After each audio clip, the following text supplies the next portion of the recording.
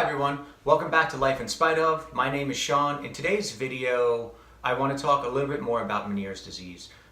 There is a lot of information out there. It can be extremely overwhelming, and I want to try to keep it as concise as possible. And there's a couple really important parts I want to make.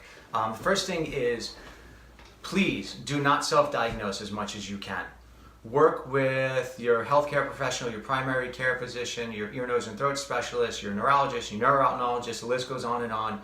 Please, it's very important in order to diagnose Meniere's disease. It's a very difficult thing to diagnose because it's really based on symptoms. It's diagnosed, as far as I understand it, basically through symptoms.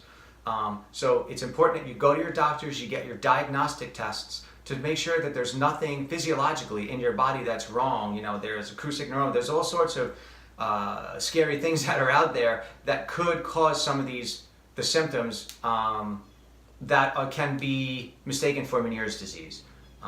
So please work with your doctor, get your diagnostic tests, get the MRI, the CAT scan, or actually whatever it is, whatever they diagnosed, please get that. And then what they do is basically for the diagnosis, just so you understand, so the first thing is work with the doctor. Second thing is for the diagnosis, it's really based on symptoms. So basically what they do is they take all of these they take all your records, they take all your information, what the symptoms are, how long they've been going for, all that information, and then they get the diagnostic tests and they marry the outcome of the diagnostic tests with the symptoms that you're having, and then ideally come up with either Meniere's disease or some other diagnosis. Now I know why put a name on something. The way that they treat, the way that doctors, healthcare professionals typically treat these different symptoms, or basically they treat the different diseases that are out there, is based on that, and there's a protocol that typically the doctors will follow. The tough part with Meniere's is lots of people experience Meniere's differently. Fortunate for me, or unfortunately for me, I've experienced all of the traditional Meniere's symptoms. Those include dizziness, vertigo, that includes tinnitus, fluctuating hearing loss, ear fullness.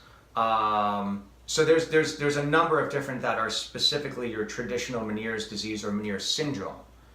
But keep in mind that the outcome it's very interesting. It's very interesting because my diagnostic tests came up negative. Everything was fine. They came back and they said, "Yep, you're great." And I said, "Yeah, but I can't hear, I can't walk. There's a huge freight train going off in my ear. I'm not fine, I'm not okay." And then eventually got the diagnosis with Meniere's disease. So please, number one, work with a professional. Number two, get the appropriate diagnostic test to rule out anything else, because potentially it could be something that's not Meniere's disease. You self-diagnose, it could be something else that's not Meniere's disease, that's easily treatable and can get your life back more quickly.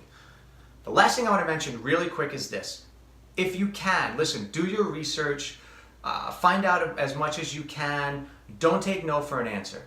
And what I mean by that is I was very fortunate to work with amazing doctors who supported my ongoing research. All of them.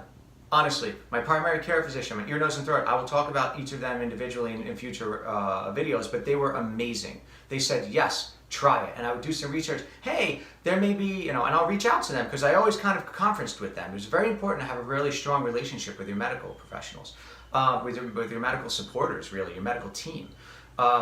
I'd reach out to them. I did some research and I found that this is really beneficial, or that's really beneficial. And then they'll give me their feedback. And sometimes I went with it, sometimes I didn't, but I always conference with them, and 99% of the time they said, yeah, well, it's not going to hurt you, try it. If it works, try it. If it'll be beneficial to you, try it. If it can bring down the symptoms, try it. So those are the three main things. Be open. So I guess the last part is, point number 3 is be open to all of it. So that's really what I wanted to cover. And the last thing, and I'll do a separate video on this, but I just want to mention it because I can't talk about Meniere's disease or Meniere's syndrome without mentioning this. Through your research, through the information you're looking, through the reaching out to different people to find out more and research alternative methods or traditional methods of treatment. Be careful of the blogs.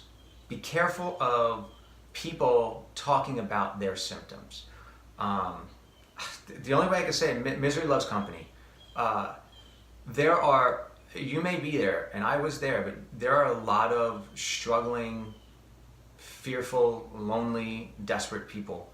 And I'm not judging, I was there.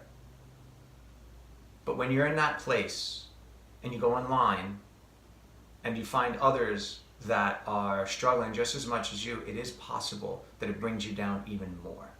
Because that feeling of hopelessness and isolation, it almost can be compounded by that. So to a certain extent, you can't avoid some of that. I mean, and people, they're just telling how they feel, and it's not wrong. I'm not saying it's wrong, and I'm not judging. That would be unfair of me. But just watch what you read and watch the literature that you're focusing on.